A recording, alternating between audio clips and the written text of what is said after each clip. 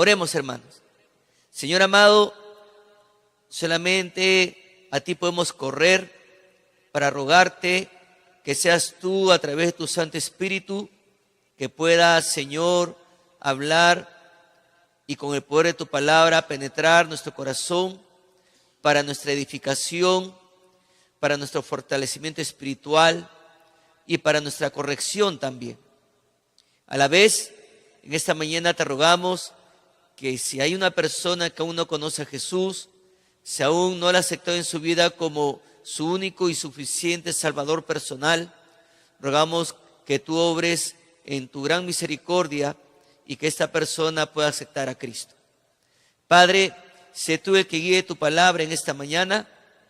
En el nombre de Jesús, nuestro Salvador, te lo pedimos. Amén. Mis hermanos, lo primero que Lucas nos va a decir en esta primera sección que estamos leyendo en esta mañana es que Jesús se fue a la casa de Simón. Y ahí en la primera parte, versículo 38, dice: entonces Jesús se levantó y salió de la sinagoga y entró en casa de Simón. Ahora, el domingo pasado, usted recuerde, habíamos visto que Jesús había llegado a Capernaum. Entonces, después de predicar en la sinagoga de Capernaum y de expulsar, usted recordará, a un demonio de uno de los hombres de la audiencia, Jesús se levantó, dice Lucas, y salió de la sinagoga y se fue directo hacia la casa de Simón. La costumbre, mi hermano, en la época de Jesús, era que el día de reposo, donde se reunían todos en la sinagoga, terminaba al mediodía. Y una vez que terminaba la reunión en la sinagoga, al mediodía, era seguida por la comida, infaltable. O sea, era un tiempo de, digamos, de celebración, era un tiempo de encuentro, según las personas que el dueño de la casa invitara para celebrar ahí en casa después de haber culminado el día de reposo. Entonces, alguien invitaba a su casa a algunos amigos para la posterior celebración del día de reposo que habían disfrutado también en la sinagoga. Entonces, Jesús recibe la invitación, ¿no?, de Pedro. Ahora, nos ubicamos, el día de reposo comenzaba el día viernes a las 6 de la tarde y concluía el día siguiente, sábado al mediodía. Entonces, ahí podemos ver, ¿no?, que ahí la reunión terminaba del día de reposo al mediodía y era seguida pues por esta comida principal del día. Entonces, allí, en esa oportunidad, Jesús en la sinagoga muestra su poder sobre los demonios. O sea, el Señor, como Hijo de Dios, está mostrando su poder sobrenatural. Lucas nos centra en la persona de Simón. Curiosamente, Jesús más adelante le llama Pedro, y Pedro es su nombre griego. Pero usted habrá notado en su lectura bíblica que también le llaman Cefas, y Cefas es el nombre que recibe Pedro, pero en arameo. Es importante que usted lo tenga en cuenta, para indicar, en este caso, su papel futuro como fundamento de la iglesia. Pedro era originalmente de Betsaida y ahora operaba su negocio de pesca. Usted recuerde que Pedro era pescador, ¿no? Y su negocio de pesca lo había realizado en Capernaum con su hermano Andrés. Y tenía como socios de su empresa a Jacobo y a Juan. Según los estudiosos, Pedro era un miembro de la sinagoga. Y después de haber estado presente en la sinagoga y después de haber escuchado la exposición sin precedentes de Jesús al exponer la palabra de Dios, y tras presentar luego, ¿no?, la asombrosa demostración de poder sobre el reino demoníaco, Pedro procede a invitar a Jesús a su casa para la comida del día de reposo. Y Pedro estaba ahí con su hermano Andrés y tenía como amigo a Juan.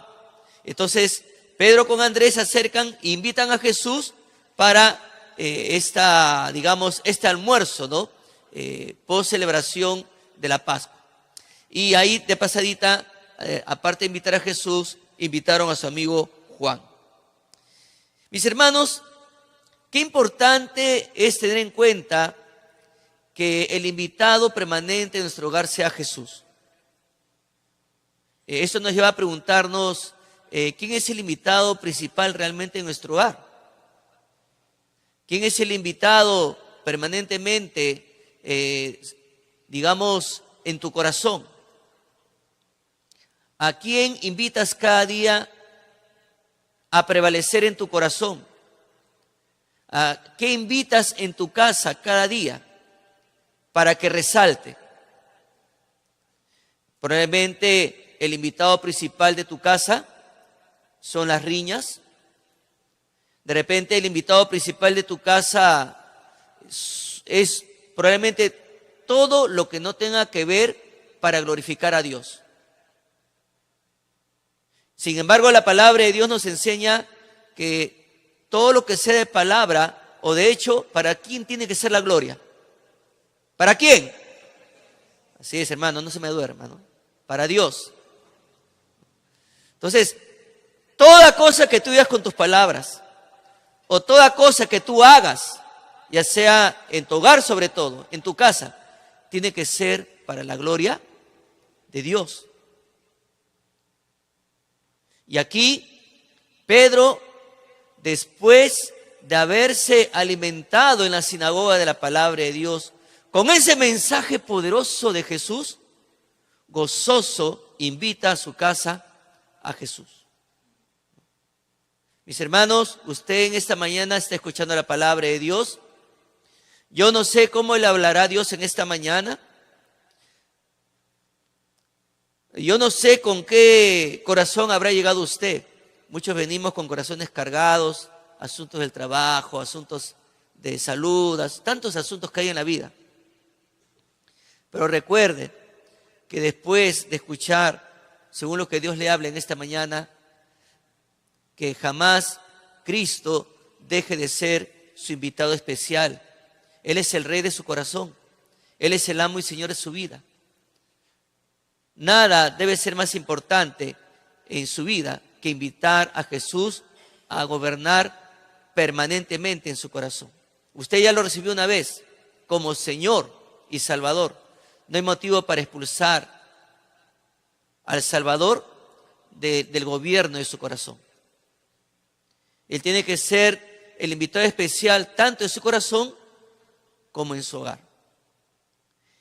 Pero acá Lucas nos dice que Pedro tenía algo más en mente. Pedro estaba pasando por una crisis familiar. Todos enfrentamos crisis. Y acá Lucas nos comparte que la suegra de Simón estaba enferma. Nota lo que dice el versículo 39. Dice, el 38. Entonces Jesús se levantó y salió de la sinagoga y entró en casa de Simón. Y nos dice el versículo 38, la parte final, la suegra de Simón tenía una gran fiebre y le rogaron por ella. Y el 39 dice, e inclinándose hacia ella, reprendió la fiebre y la fiebre la dejó y levantándose ella al instante les servía. Mis hermanos, lo primero que nos comparte Lucas es que le avisan a Jesús Pedro le avisa a Jesús que su suegra tenía una gran fiebre y le rogó por ella. Le rogó. Pedro ya ha visto que Jesús ha obrado sanidad y luego va a haber algo más maravilloso luego, lo vamos a ver más adelante, ¿no? Pero Pedro ya ha sido testigo del poder del Señor. Ahora le está rogando por su suegra. Y Lucas nos da detalladamente, como desde su ojo médico, nos da ese dato interesante, que la suegra de Pedro tenía una gran fiebre. O sea, fue producto de una grave infección. Y totalmente conscientes del poder de Jesús, intercedieron pues por su suegra. Y Lucas nos da otro dato importante, que Jesús reprendió a la fiebre. O sea, al instante quiere decir que el Señor respondió. Y ese acto de inclinarse a ella, los otros evangelistas lo amplían más. O sea, es un gesto, dice que tomó la mano de ella y en un gesto de tierna compasión reprendió a la fiebre. Ahora, esta palabra reprendió, mis hermanos, se traduce de una forma, de una palabrita griega que es epitimao. Y epitimao es la palabra que vamos a encontrar permanentemente en los evangelios para la palabra reprendió. Tanto para reprender a personas o tanto para reprender demonios, y en esta ocasión para reprender la fiebre. Y su uso aquí demuestra que Jesús, mis hermanos, nuestro Salvador, nuestro Rey, tiene total autoridad y poder sobre las fuerzas que debilitan el cuerpo natural. Y Lucas nos dice que la fiebre le dejó. Entonces, ante la poderosa palabra de Cristo, la fiebre la dejó no una semana después, no después de 15 días, sino que la fiebre la dejó al instante. No hubo debilidad persistente, no hubo un periodo de recuperación, más bien todos los síntomas de la mujer desaparecieron al instante. Al instante desaparecieron. Quedó totalmente sana, sin necesidad de recuperar las fuerzas perdidas en la batalla contra esta infección. O sea, el Señor con el poder de su palabra sanó a esta mujer. Entonces, ¿qué hizo ella? Ella inmediatamente se levantó y sirvió. Se levantó y sirvió. Hace poco sufrí una fuerte infección intestinal, hermanos. Me ha tomado prácticamente 2 semanas y media recuperarme.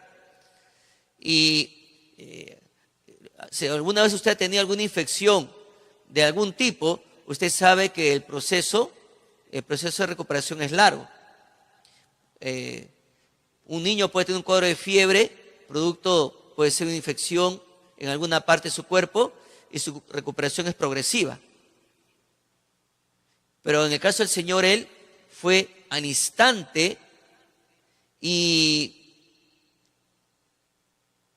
la mujer estaba en todo su vigor después que el Señor reprendiera la fiebre.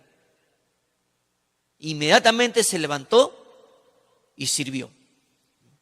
Entonces, ella se levantó inmediatamente para preparar, para servir la comida del día de reposo a los miembros de la familia y a los invitados. Ahí estaban como invitados especiales Jesús y el amigo de Pedro y Andrés, que era Juan.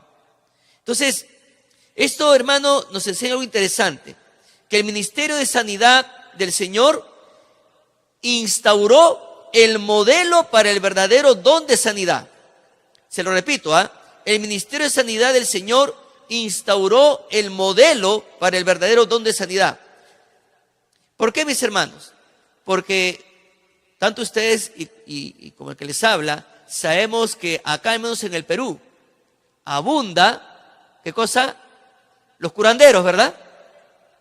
Los curanderos. Hace poco habían colgado acá, justo en la entrada de la puerta de Izaguirre, portón de Izaguirre, hay un poste, ¿verdad? Y habían colgado ahí, curandero, abajo, amarres. Y yo vi a algunos chicos de la orden jóvenes que estaban ahí anotando el teléfono, ¿no? Para que el curandero interceda por alguna señorita que le gusta acá en la iglesia. Estos estaban perdidos, ¿no? Ahí anotando el teléfono del curandero. Pero acá quisiera, mis hermanos, traerles a la memoria que en la década del 80 llegó al Perú un curandero brasileño, João Teixeira. Y ya se había anunciado de los milagros que él hacía en su país. Y cuando llegó acá al Perú, mis hermanos, muchas personas lo estaban esperando en el aeropuerto Jorge Chávez. Y cuando ya él se estableció en cierto lugar de aquí en la capital, mis hermanos, los que recordarán, habían cientos y cientos de personas haciendo largas colas para que sean atendidas por este curandero. Y un periodista, recuerdo del programa Panorama, se había tomado, digamos, la molestia, ¿no? Felizmente, de filmar todo el proceso en el cual operaba este curandero. Y el periodista le preguntó, ¿y cómo te preparas tú para atender a los pacientes que están afuera? Bueno, me concentro y luego entro en un trance y luego tengo un papel y el papel comienzo a escribir números que alguien me dicta. Y el periodista le preguntó, ¿puedo estar presente en el momento que tú entras en trance? Sí. Hermano, y ahí se vio. Ahí se vio. Y este hombre entró en trance y tenía ahí unos papeles cuadraditos y comenzó de la nada, abrió los ojos y comenzó 1, 5, 4, comenzó a escribir números. Y después que pasó el trance, el periodista le pregunta, ¿y para qué son esos papelitos? Ah, es que ese alguien que me habla me dice, a ver, al primero que entre, si le toca el 1, tienes que comprar una botella con un agua que él había traído. Si te solo 5, tienes que comprar 5 botellas. Y así. Según él, el agua que él tenía curaba. Pero también se vio ahí en la televisión que él cortaba, según lo que le dijera la persona, cortaba cierta parte de su cuerpo con un cuchillo, ni siquiera era un bisturí, un cuchillo, y él manipulaba dentro de la carne y según él tocaba en esa parte donde las personas sentían el dolor y la persona, que a pesar que estaba con el corte, las personas decían, no he sentido ni dolor, no he sentido nada.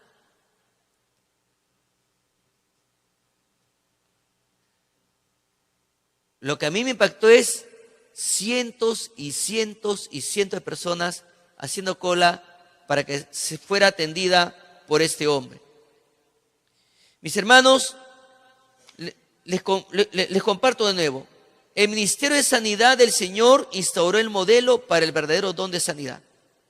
Y rápidamente quisiera mencionar 6 rasgos que caracterizaron el Ministerio de Sanidad del Señor, que lo distinguen de los falsos curanderos y de los falsos predicadores que proclaman sanidad. Porque estos predicadores también, a toda persona que está enferma, hace sus campañas de sanidad, de milagros. Pero antes de que entres a la campaña de sanidad, tienes que pagar algo. Entonces, mucha gente llega desesperada con enfermedades, pero tienen que pagar primero. Y acá Jesús, en primer lugar, nunca cobró por sanar. Ojo, miren, este es un detalle porque todavía no comienzo con el primer rasgo, pero Jesús nunca cobró por sanar. El primer rasgo es que Jesús hizo el milagro de sanidad con el poder de su palabra nada más. Con el poder de su palabra. En este caso, reprendió a la fiebre y la fiebre dejó a la suegra de Pedro. Luego, Jesús sanaba al instante. Ese es otro rasgo. No hubo sanidad progresiva. Ahí no vemos que Jesús reprendió la fiebre y la suegra de Pedro se iba convaleciente y recién comenzó a dar signos de sanidad al día siguiente y el lunes ya se sintió mejor y recién el jueves comenzó a dar sus primeros pasitos. No. Fue al instante. Luego, el tercer rasgo, Jesús sanó totalmente. No que la fiebre la dejó y luego todavía tenía dolor de cabeza la suegra de Pedro. No. La sanó totalmente. Tanto sí que la suegra de Pedro se levantó y comenzó a hacer sus cosas. ¿Quién puede trabajar eficazmente cuando está enfermo? Cuando uno está con gripe, llega al trabajo, ay, me duele la cabeza, me duele el cuerpo, mis piernas, jefecito, ¿me puede dar descanso? No, sigue trabajando. Yo creo que a todos nos ha dado la gripe, ¿verdad? Y cuando te ha dado la gripe, ¿cómo está tu cuerpo? Deshecho. Ahora imagínate si tienes algún problema en uno de tus órganos. O sea, no se puede trabajar eficazmente. Y acá Jesús sanó totalmente a la suegra de Pedro. Jesús, otro rasgo, sanaba a todos. Sanaba a todos. No dejó atrás grandes filas de personas desilusionadas y desesperadas que no fueron sanadas, como ha ocurrido lamentablemente con los curanderos y con estos falsos predicadores, que la gente viene después de haber pagado para que los sane y al ver que no ha sido sanada, se lava las manos el falso predicador diciendo que no tuvo fe. Entonces, mucha gente terminó estafada. Jesús, el quinto rasgo, Jesús curó enfermedades de órganos. Él no sanó dolencias vagas. Al contrario, restauró a los que padecieron parálisis. Jesús sanó a los ciegos. Jesús sanó a los sordos. Jesús sanó a los leprosos. Los dejó sanos, los dejó perfectos. Y el último rasgo, Jesús resucitó a los muertos. Imagínense, ¿no? O sea, Jesús resucitó a los muertos. No que estaba en coma. No. Jesús resucitó a los muertos. Estos 6 rasgos importantes hay que tenerlos en cuenta. Y a diferencia de los curanderos modernos, Jesús realizó sanidades en público. Jamás hizo el Señor una sanidad en secreto. Jamás lo hizo en un estudio de televisión como João Teixeira. Tampoco sus sanidades dependían de la fe de las personas. La mayoría de los sanados, mis hermanos, eran inconversos. Ninguno de ellos hizo algún tipo de confesión a Jesús ni afirmar que la sanidad vino del Mesías. Muchos de esos enfermos que Jesús sanó, ninguno vino porque tenía fe en Jesús. Ninguno, después de haber sido sanado, le dijo a Jesús: Señor, te entrego mi vida, me convierto en tu fiel seguidor. No. Y podemos ver aquí que el Señor no discriminó a nadie para derramar esa sanidad. El Señor no dijo: como tú no tienes fe en mí, no te sano. Mis hermanos, Jesús tiene poder. Y si hoy, si a Él le place sanar dentro de su voluntad, Él lo hará. Y si no lo hace, hay que someterse a su voluntad. Pero lamentablemente en estos tiempos vemos personas que dan un mensaje falso acerca de la sanidad que puede obrar Dios. Pero en el mayor de los casos, estas personas pretenden manipular a Dios, pero también manipulan a la persona que con corazón sincero viene a buscar alguna respuesta divina. Lamentablemente, otros vienen no tanto por buscar a Dios, sino para que los sane, nada más, en estos tiempos. Pero nada va a cambiar la soberanía del Señor, nada va a cambiar la majestad del Señor. Y Jesús, lo que nos hace ver en esta mañana, muy aparte del problema de la enfermedad, es que muchas personas, miles de personas, millones de personas están enfermas espiritualmente. Son enfermos esclavos del pecado. Y el pecado los condena. El pecado los está enrumbando al infierno. El pecado los está apartando de Dios eternamente. El pecado los está alejando de Dios cruelmente. Y quienes tenemos el mensaje que obra una sanidad de poder y con un salto hacia la eternidad con Dios, Dios nos ha concedido el privilegio a nosotros de anunciar el mensaje que Cristo da perdón y vida eterna. Y esta sección es para que usted quede fuertemente concientizado que cada día usted anda rodeado por cientos de personas que espiritualmente están enfermas. Espiritualmente. No conocen a Dios. Viven alejados de Dios. Están apartados del Señor. Andan llevando una vida de desobediencia. Están ciegos, como dice el Nuevo Testamento. Pero también Jesús en el Nuevo Testamento les llama que hay líderes que son ciegos y son ciegos, guías de ciegos. Son personas que están caminando en tinieblas y están andando en pos de las tinieblas y al servicio de las tinieblas. Y son personas que si no conocen a Jesús van a terminar en oscuridad eterna. Van a terminar en condenación eterna.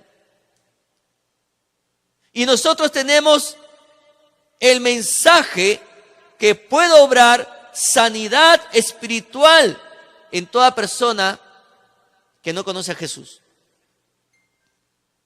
Muchas personas están enfermas espiritualmente, o sea, están sin Cristo, están condenadas. Y nosotros tenemos este mensaje de libertad, este mensaje que puede obrar gran sanidad en el corazón de todo aquel que no conoce a Jesús. Entonces, las sanidades, mis hermanos, que Jesús obró, provocaron algo muy interesante, y Lucas nos comparte, que le trajeran más enfermos. Miren lo que dice el versículo 40. Dice, al ponerse el sol, todos los que tenían enfermos de diversas enfermedades, los traían a él, y él, poniendo las manos sobre cada uno de ellos, ¿qué dice? Los sanaba. Y acá Lucas nos da datos interesantes. Nos dice que esto ocurrió al ponerse el sol. O sea, esta frase indica, pues, que ya están entrando al día domingo, ¿no? Con sus restricciones, ¿no? O sea, ya, digamos, está culminando el día, y sin embargo, Lucas dice que le trajeron personas con diversas enfermedades. O sea, esto nos indica que la noticia viajó rápido. Yo recuerdo, mis hermanos, parte de mi niñez, que cada vez que viajábamos la familia a Churín, mi papá tenía un amigo que era médico. Y en esas épocas, les hablo de la década del 70, Churín no es lo que es hoy. Ya Churín es una ciudad muy moderna. Que me iba a imaginar yo, en la década del 70, Churín solamente eran unos campos donde abundaban los higos, donde abundan las piscinas termales. Y eso, en esa época, la única piscina que había era que algunos conocen ustedes, el Pozo de la Juventud. Era el único lugar que tenía piscina. Lo demás era hacia el aire libre. Recuerdo que había una cueva, recuerdo, ¿no? Que había una cueva y algunos tenían miedo de entrar porque decían que ahí salían serpientes. Pero el Churín de hoy es una ciudad muy moderna. Pero en esa época, en la década del 70, cuando mi papá llegaba con su amigo, le decía al dueño de la posada, digamos, que el amigo era médico y que si alguna persona requería un médico, que avise. Hermanos, a la media hora comenzaron a tocar la puerta. El doctor, ya lo atendía. Tanto así que mi papá le dijo a su amigo, mejor alquílete el cuarto de al lado porque no nos dejan descansar, ¿no? Y lo botó a su amigo a otro cuarto, ¿no? Y a eso de las 5 de la tarde, vi una cola de 10 personas, luego esa cola se agrandaba más, venía gente de todas partes. La noticia corrió, hay un médico en Churín. Hay un médico. Y venían gente de todas partes para que este doctor los pudiera atender. Entonces, en el caso de Jesús, la noticia viajó rápido y al concluir el día de reposo, las personas pudieron hacer, mis hermanos, lo que se les permitía durante ese día, ¿no? Sacar de la casa a sus amigos y familiares necesitados con la esperanza de sanidad. Y ninguno de ellos quedó desilusionado. Lucas nos da otro dato interesante, que Jesús, ¿no?, colocó su mano sobre cada uno de ellos. O sea, esto indica, mis hermanos, compasión. Compasión. Si usted observa, cuando un leproso se le acerca a Jesús y le dice: Señor, si quieres, puedes sanarme. Jesús le dijo: quiero, y lo tocó. Pregunta: ¿en esa época se podía tocar un leproso? ¿Por qué no se podía tocar un leproso?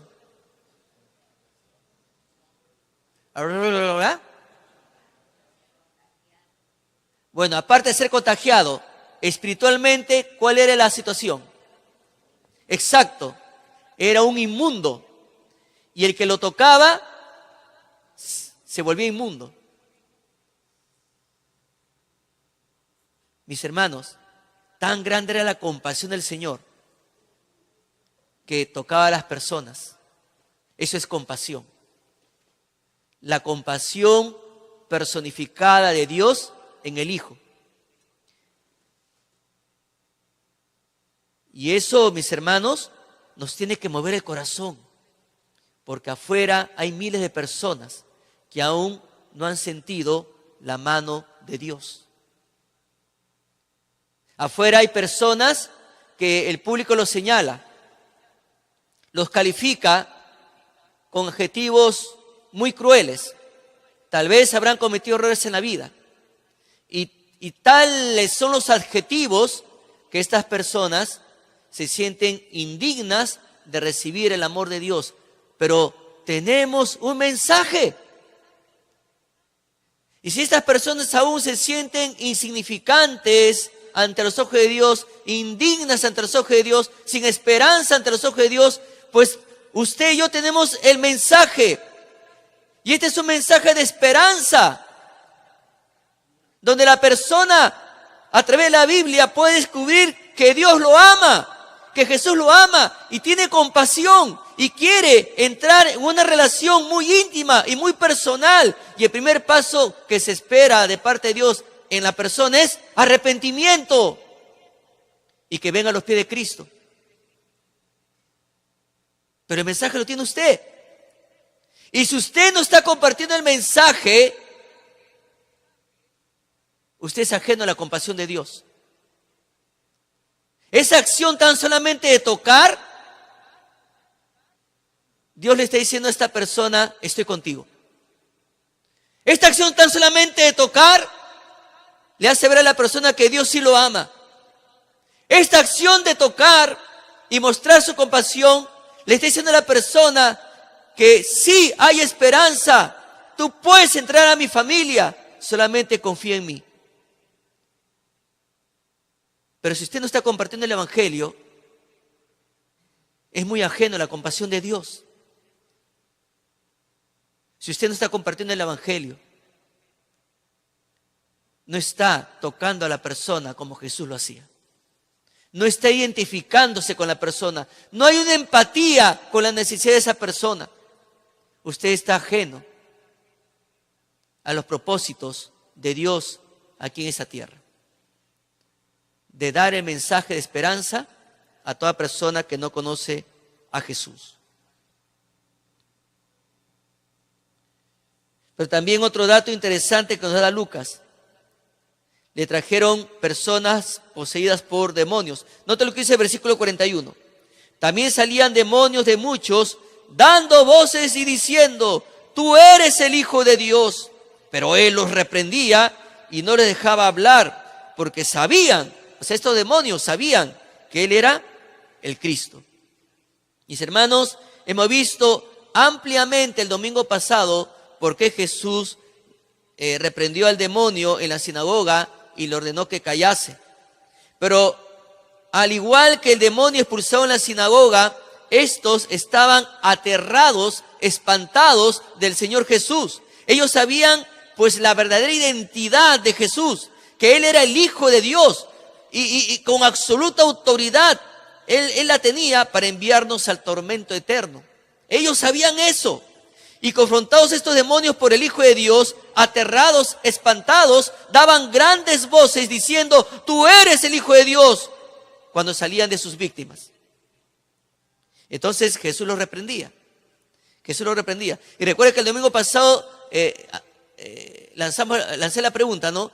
Pero si el demonio, si está proclamando que Él es el Hijo de Dios ante una audiencia inconversa, si está diciendo que Él es el Hijo, el Santo de Dios, ¿por qué Jesús lo calla? ¿Por qué Jesús le ordena que se calle? ¿No? Y acá vemos que Jesús los reprendía. O sea, esto indica que Jesús no solo tenía el poder para expulsarlos, sino también para callarlos. Ahora, ¿por qué en ese momento Jesús calla a esos demonios? Bueno, que los demonios, mis hermanos, afirmaran la identidad de Jesús solo crearía confusión.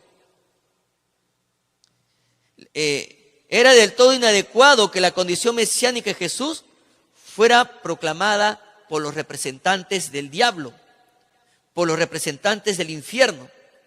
Si Jesús hubiera permitido esto sin haber silenciado a los demonios, hubiera dado motivos a una acusación formulada más tarde contra Él por parte de los fariseos.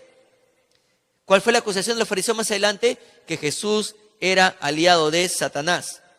Usted recordará que lo acusaron de esta manera: este expulsa a los demonios por el poder de Belcebú, príncipe de los demonios. ¿Se acuerda que lo acusaron hacia Jesús? Entonces, Jesús no necesitaba la proclamación del infierno. Jesús no necesitaba que el infierno anuncie que el Hijo de Dios había llegado. Porque no hay comunión con la luz y las tinieblas. No hay comunión entre Jesús y Satanás. No la hay. Entonces la autoridad de Jesús sobre los demonios reveló su poder para liberar a los pecadores cuyas mentes habían sido cegadas por el Dios de este mundo, que es Satanás, y por sus ejércitos de demonios. Entonces Jesús no podía permitir que sus enemigos proclamaran al mundo de ese entonces que Él era el Santo de Dios, o que Él era el Hijo de Dios, o que Él era el Mesías esperado. Jesús no necesitaba que el infierno lo haga. Y es por eso que Jesús los calló. Pero el privilegio nos ha dado a nosotros. ¿Se siente honrado usted por eso? El privilegio de anunciar las buenas nuevas del Evangelio, el Señor lo ha dado a su iglesia. Y se nos ha comisionado para anunciar el Evangelio a todo lugar y levantar discípulos en todo lugar. No a los demonios, ni siquiera a los ángeles santos de Dios, que no se rebelaron contra Dios, ni siquiera ellos tienen ese privilegio. El privilegio lo ha recibido la iglesia del Señor. Un privilegio que de pasadita Israel, como nación escogida de Dios, lo ha perdido. Porque Israel fue escogida por Dios para que sea luz a las naciones. Sin embargo, Israel le ha dado una bofetada al Señor. Israel como nación le ha dado la espalda al Señor. Y a pesar de eso, Dios la ama. A pesar de que Israel ahorita es una nación desobediente y rebelde, Dios no dejó de amarla. Y según las profecías, nuevamente Dios va a entablar una relación con Israel. Pero antes, Israel va a tener que pasar por una tribulación. Pero nosotros tenemos el privilegio que no lo tienen los ángeles, de proclamar el Evangelio. Pero también, mis hermanos, el Señor se manifestó con poder sobre el reino eterno. Note lo que dice el versículo 42 al 44. Dice: cuando ya era de día, salió y se fue a un lugar desierto, y la gente le buscaba, y llegando a donde estaba, le detenían para que no se fuera de ellos. Pero él les dijo: es necesario que también otras ciudades anuncie el evangelio del reino de Dios, porque para esto he sido enviado. Y predicaba en las sinagogas de Galilea. Recuerde que cuando iniciamos esta serie de la manifestación del Mesías, habíamos visto que Jesús había arrasado Galilea con el mensaje de las buenas nuevas del reino de Dios. Mis hermanos, dice Lucas, cuando amaneció salió.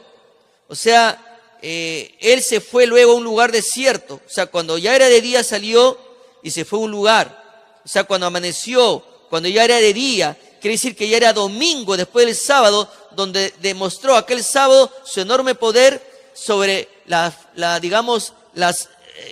fuerza natural y la fuerza sobrenatural.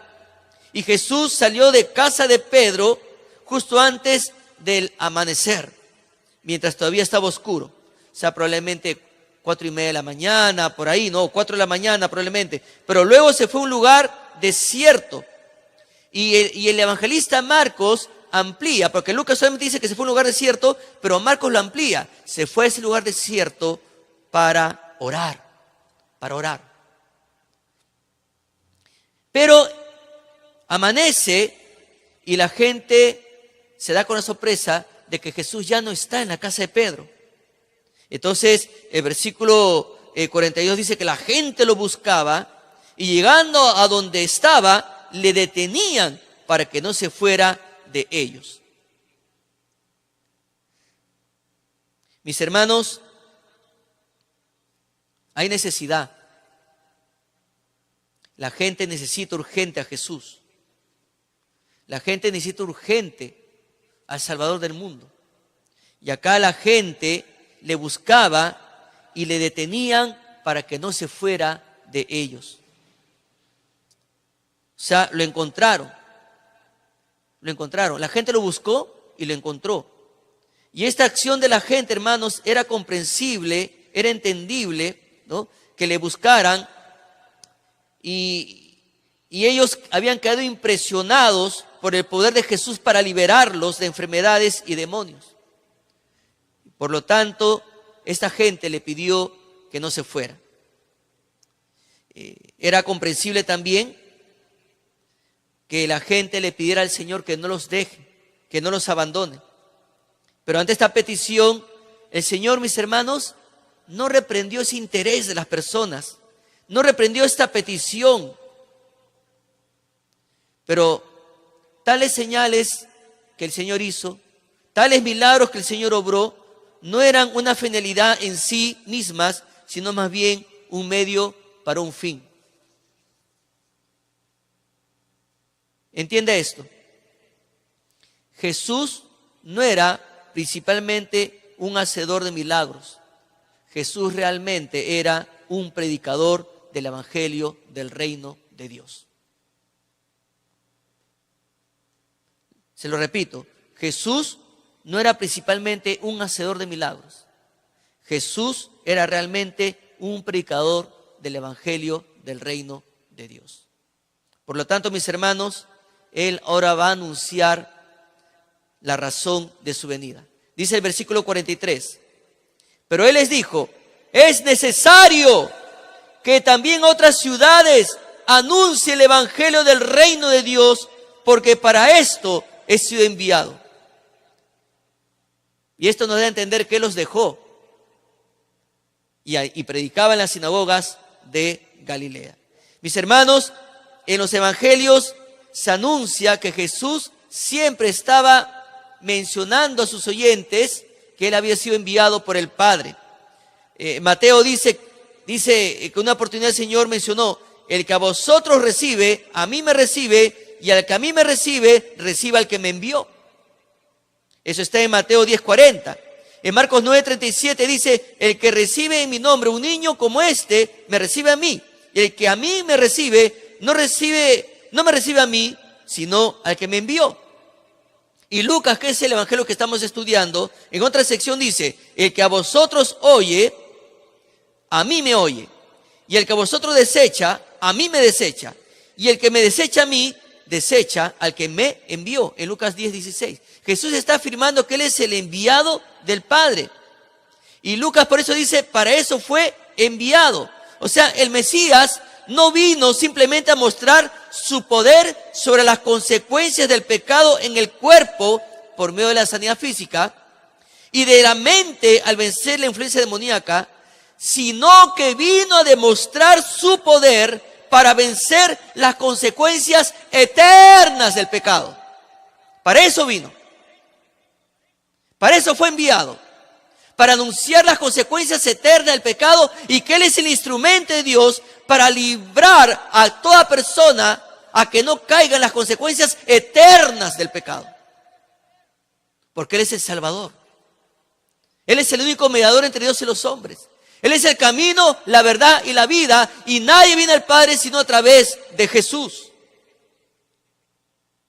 Pero para que eso ocurra, se requiere que toda persona que no conoce a Jesús se arrepienta y tenga fe en Jesucristo. Es por eso la importancia de anunciar el evangelio del reino de Dios a otras ciudades, que es lo que mencionó Jesús. Y la gran pregunta es, ¿qué es el reino de Dios? Porque acá Jesús anuncia, ¿no?, que por esto ha sido enviado, ¿no?, para anunciar, ¿no?, el evangelio del reino de Dios. Pero ¿qué es el reino de Dios? Mis hermanos, el reino de Dios es la esfera o dominio de salvación al que entran aquellos que responden en fe arrepentida a la predicación del evangelio. Por tanto, en conformidad con su misión del reino de Jesús, Él predicaba en Galilea. Ahora, acá esto es interesante, porque acá el versículo dice, y predicaba en las sinagogas de Galilea. Acá la intención del autor, cuando dice, y predicaba en las sinagogas de Galilea, es que Jesús no solamente quiso predicar en Galilea, sino que la misión de Jesús es predicar en todo Israel. Esa es la intención de este versículo 44. Jesús, el anhelo de Jesús y la orden del Padre es que Él anunciara el evangelio a todo Israel. Ahora, muchas veces se dice, ¿no?, para que entendamos. Es cierto, ¿no? Jerusalén era la ciudad principal, era el encuentro donde llegaban todas las personas en cada festividad nacional, por ejemplo, la Pascua. Pero la profecía decía que el Mesías se iba a manifestar, ¿no?, en varios lugares, pero sobre todo en Galilea. Galilea, un lugar sin importancia. Galilea, un lugar insignificante. Galilea, un lugar menospreciado, que no significaba nada. Pero ahí Dios iba a iniciar su gran obra. Y es por eso que Jesús, antes de ascender a los cielos, les dijo a los discípulos, ¿no?, que hay que empezar desde casa. Y de ahí hasta lo último de la tierra. Mis hermanos, Jesús predicaba en las sinagogas de Galilea. Pues hemos podido ver, hermanos, en estos 3 domingos, que el poder del Señor mostrado sobre el reino natural y el sobrenatural y eterno lo autenticó como el Hijo de Dios. Aquel Hijo enviado por el Padre para predicar el evangelio de salvación a los pecadores perdidos. Jesús ya nos ha dado un gran ejemplo, no solamente con palabras, sino con hechos. Y usted ahora tiene que seguir los pasos del Señor. Jesús manifestó al mundo que Él era el Mesías. Pero no solamente Él dijo, esta profecía se ha cumplido hoy, aquel domingo que estudiamos eso, de la profecía de Isaías, sino que Él se manifestó como el Mesías, obedeciendo la voluntad del Padre. Y iba a Galilea, a Capernaum, anunciando incansablemente el evangelio del reino de Dios. Mis hermanos, yo no sé si usted está pasando por una crisis, porque acá Pedro pasó por una crisis. Yo no sé qué estará pasando usted, pero si hay algo que lo ha detenido para que usted anuncie el evangelio del reino de Dios, es momento de que usted le deje a Jesús obrar en su vida y comience a servir como la sobre Pedro. Y comience a dar testimonio de que realmente el rey es el que gobierna en su vida. Comience a dar testimonio de que el rey lo ha empapado a usted de compasión por las almas que no conocen a Cristo. Que este gran rey que es Jesús, el gran Mesías, lo ha empapado de la voluntad de Dios a usted, para que usted salga, corra, anuncie, sin temor, sin miedo, sin vergüenza, el evangelio del reino. Y hoy vivimos en medio de un contexto donde se está tomando decisiones contra la iglesia del Señor. Y es preocupante. Pero en medio de ese contexto, como el caso de México, que hay provincias donde a los creyentes los han expulsado, han quemado sus templos, están aprobando proyectos de ley contra la iglesia del Señor. Y acá más cerca en Colombia se está ya pretendiendo acallar la voz de los pastores y sus sermones van a ser supervisados. De tal manera que si hay algo que no le gusta al gobierno, cerrada la iglesia. Hay persecución. Sin embargo, estos hermanos valientemente siguen predicando el evangelio. En los países comunistas viven amenazados permanentemente para que no proclamen el evangelio. Y ellos valientemente están predicando el evangelio del reino de Dios. Valientemente están predicando las buenas nuevas del evangelio. Y nosotros estamos acá disfrutando de una libertad democrática. Nadie nos amenaza por anunciar a Cristo. Nadie nos amenaza por portar una Biblia. Pero la pregunta es, ¿estamos empapados de compasión? ¿Estamos anunciando el evangelio del reino? ¿Estamos proclamando que Jesús da perdón y vida eterna? ¿Estamos colocando como Jesús la mano sobre las personas que no lo conocen? ¿Estamos conectados con la compasión de Dios? ¿Estamos realmente conectados con Dios en su compasión? ¿O somos indiferentes?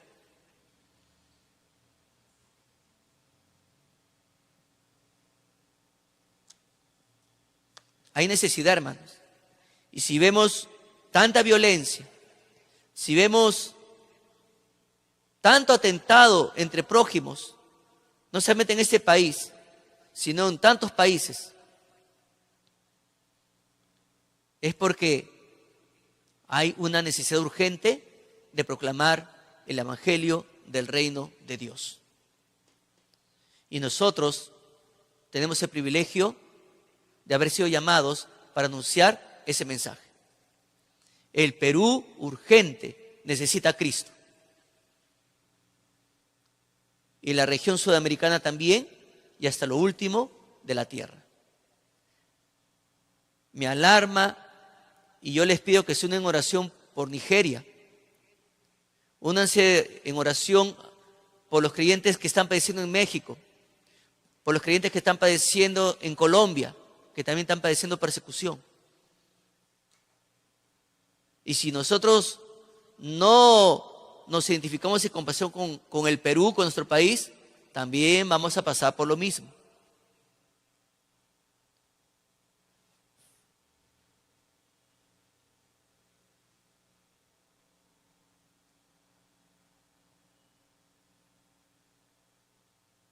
En esta mañana probablemente hay una persona que nos está visitando. El Rey de Gloria vino a este mundo para pagar un alto precio por tu vida. El Rey de Gloria vino a este mundo para librarte de la condenación eterna en el infierno. Es por eso que murió en la cruz por ti. Para que tú hoy lo puedas aceptar en tu vida y a partir de hoy tú puedas tener perdón de pecados y vida eterna. y estar para siempre con el Señor Jesús allá en su reino y no en el infierno. Entonces yo te hago una pregunta a ti que nos visita por primera vez. El día que mueras, ¿realmente dónde quieres estar? ¿En el infierno donde ya no hay esperanza, sino una condenación eterna? ¿O en el cielo donde está el Señor Jesucristo, donde disfrutarás de paz eterna? Tienes para escoger mientras estés en vida. Después de la muerte ya no hay oportunidad. La Biblia dice, está establecido para los hombres que mueran una sola vez y después de esto el juicio.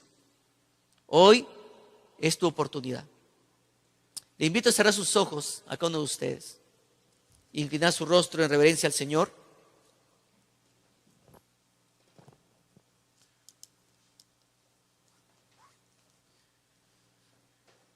Primero quiero dirigirme a los invitados, no sé si habrán esta mañana, pero si usted se ha dado cuenta de su condición espiritual ante Dios y reconoce que por causa de su pecado usted merece la condenación eterna, porque el pecado nos condena, yo le invito y le animo para que usted pueda aceptar a Jesús en su vida y pueda recibir el perdón de pecados y la salvación eterna. Si usted desea hacerlo, ahí en su lugar yo le pido que usted pueda levantar y bajar su mano y me permita orar, interceder por usted. ¿Habrá alguien esta mañana? Solamente levante y baje su mano. Yo quiero aceptar a Jesús como mi Señor y Salvador de mi vida. ¿Habrá alguien? Solamente levante y baje su mano para poder verlo. ¿Habrá alguien esta mañana?